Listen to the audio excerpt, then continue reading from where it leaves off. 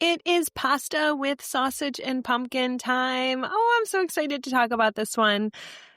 Anyway, welcome to FitFed Feeling Good. I am Meg, your host, and this is the podcast where we talk all things fitness, food, and feeling good. Today, as you guessed it, is a food episode, and it's one I'm so excited to talk to you about. It's one of my very all-time favorite recipes. It is Rachael Ray's pasta with pumpkin and sausage. I have seen this many, many, many years ago when she hosted 30-minute meals, and I have probably made this recipe, or now that I know the recipe, a variation of it, for probably the last at least 15 years. So what I thought first, I'd just explain a little bit about what the dish is. Then I'm going to read the recipe off of Food Network. And I also saw that this recipe is on Rachael Ray's website, but I think there's a few variations or differences. So that's really interesting to me because I've always made it off the Food Network one, and it's what I remember her doing on 30-minute meals. So they're very, very similar. I think it was just, I thought I saw shallot in one, it was just onion. But anyway, let's get right into it. So recipe courtesy of Rachael Ray, and it is pasta with pumpkin and sausage. It has 5-star ratings and 344 reviews. So it sounds like everyone that has tried it has truly enjoyed it.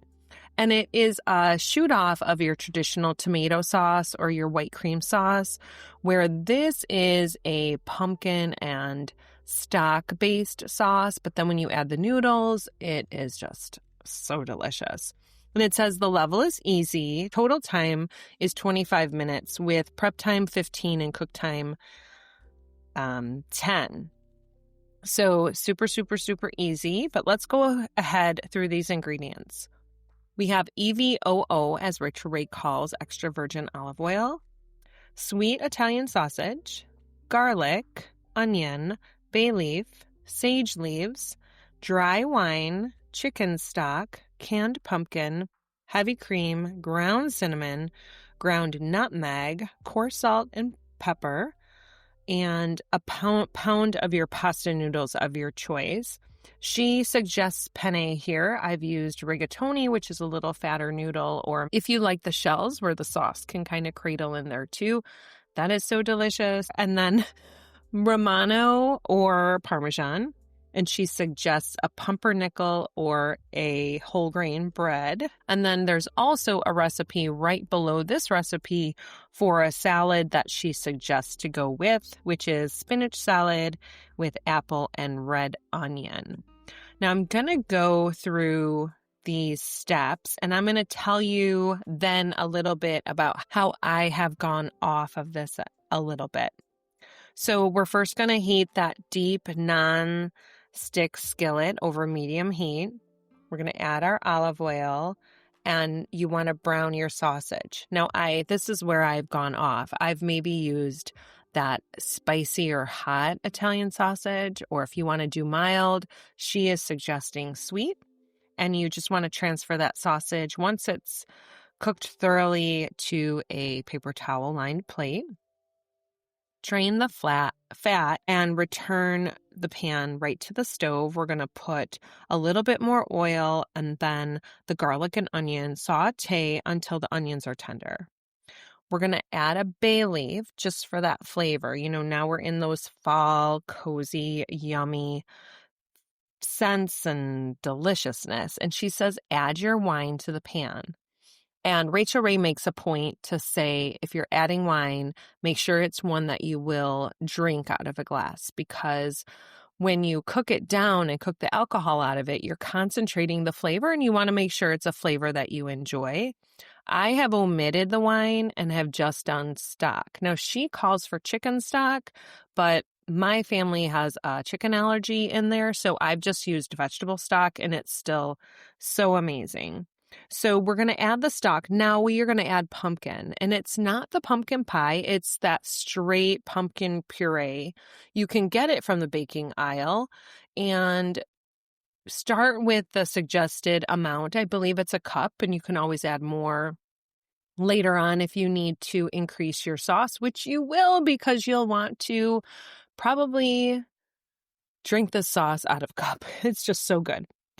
Then we're going to add the sausage back to the sauce that you've made with the onions and garlic, the pumpkin, the stock, the wine if you've used. So now it's a little creamy.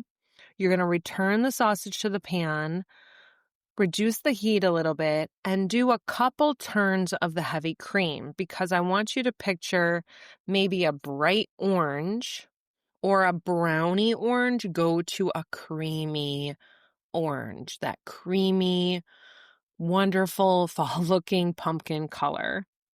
And we're going to add our cinnamon and nutmeg, freshly grated if you have, of course, and then salt and pepper to taste. We're going to let those flavors simmer for 5 or 10 minutes. Then I want you to give it, I would recommend holding off on that salt and pepper until it has cooked a little bit. Give it a little taste with a clean spoon. Then add a little salt and pepper at a time because that salt can really overpower, and obviously you cannot take the salt back out. You might be able then to add more pumpkin, more stock, more cream to make a bigger amount of sauce if it gets too salty. And we're going to have that sausage in there. And then while that's simmering, go ahead and cook your noodles to the box's directions. You want it al dente if you can.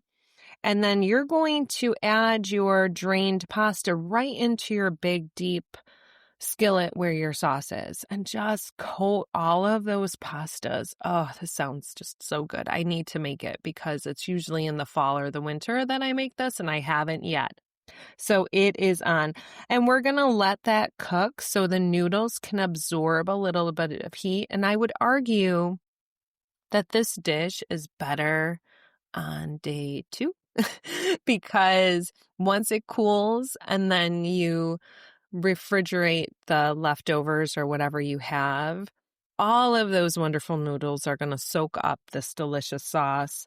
And once you reheat it, it's just so delicious. But day 1 is amazing too. Then you want to garnish the pasta once you serve it with a lot of grated cheese, maybe a few extra sage leaves. Now, sometimes sage, if you do the dried sage or the fresh sage, that will be personal preference because I have tried the fresh sage, but then when you get that one bite of a sliced piece of sage, it's very sagey, I guess, for the lack of better words. But if you use ground or flaked sage, you have to be careful because usually dried spices are a little more condensed and potent, but the flavor gets dispersed throughout your sauce, without a big chunk of fresh sage. But obviously fresh is always better, but I've used both and they still both are very delicious. And then you just go ahead and plate that however you want. If you've made extra sauce and it's saucy, like maybe you need to plate it in a bowl, or if you've let it cook a little longer where the noodles have absorbed that extra sauce, a plate or however you choose. And then you can serve it with a little side salad. And the one that Rachael Ray suggests is her spinach salad with apple and red onion. I have made this, like I said, probably at least 15 years, once a season. And it is a family favorite. My adult kids always kind of ask for it if they're visiting or if I'm coming to see them. Always want to make that Rachael Ray's pasta with sausage and pumpkin. And it's really fun to play with the sauce because sometimes I just purposely want to make extra sauce because it's so delicious.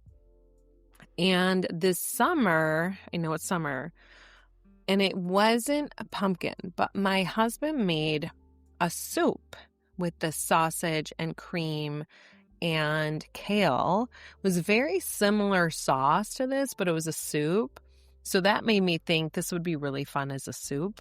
So I bet you could add a lot more vegetables, a lot more of your vegetable stock or chicken stock, and then still probably the same amount of cream and pumpkin, sausage, maybe some beans. So then you have this fall variation of this, because if you add the pasta to the soup, sometimes it gets a little gummy. So I would probably myself leave the pasta out if I was making a soup out of this. But I just wanted to share one of my very favorite fall recipes. It's on Rachael Ray's website. I'll put in the show notes, and I'll put the Food Network one in there, which has the salad recipe as well. And if you go to the Food Network website, it also has a little video of her making it. And 30-minute meals, she kind of skips some of the steps because she's getting it all done a little bit ahead of time. And, you don't see her add the cream, but it's in there. And gosh, just watching it again, I could just smell it through the screen, and which inspired me so much to want to make it again. But my kids are visiting for Thanksgiving. I'm very excited. So I think I'll just save it for one of those days and make that then.